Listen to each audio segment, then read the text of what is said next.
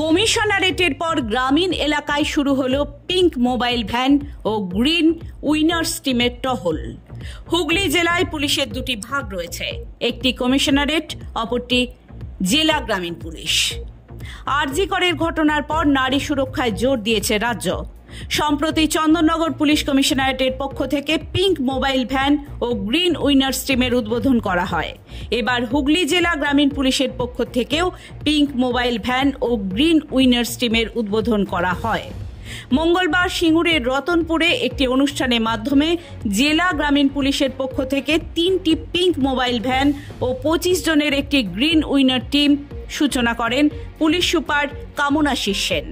তবে এই green winners team battery চালিত সাইকেল নিয়ে তারা বিভিন্ন এলাকায় টহল দেবে। কোথাও মহিলারা বিপদে পড়লেই এই টিম পৌঁছে যাবে দ্রুত সেখানে।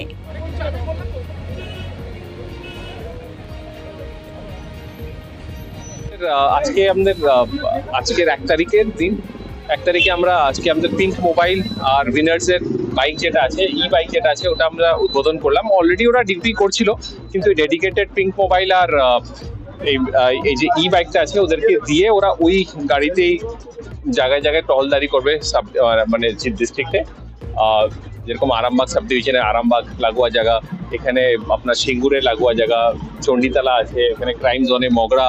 তো এটা আমরা পুজোর সিজন আসছে, তো মহিলারা অনেক জায়গায় সব মানে মার্কেটিং টার্গেটিং করতে আসছে, এবং আমাদের একটা ডেডিকেটেড মহিলা হেল্পলাইনও আছে যেটা আগেই চালু করা হয়েছিল। তো যেখানে সাপোজ করেন মহিলা ডেডিকেটেড হেল্পলাইনে যে আমাদেরকে কোনো যদি কারোর ডিস্ট্রেস কল আসলো, তো ওই সময়টা আমরা যদি ওই সময়টা উইনার্স টিম বা এরা যদি পিঙ্ক পেট্রোল গাড়ি যদি এখানেই থাকে, আমরা সঙ্গে সঙ্গে ওদেরকেই বলবো ফার্স্ট অ্যাটেন্ড করার জন্য। তো আমরা এটাই আশা করছি পুজোর আগে আমরা আরো যদি ভালো পাবলিককে যদি পরিষেবা দিতে পারি।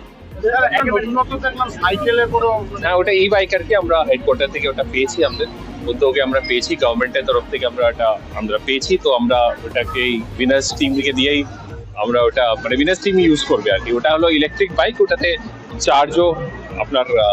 চার্জও করা যায়। It's a very good green initiative বলবো। তো সুমন চক্রবর্তীর রিপোর্ট, হুগলি টাইমস।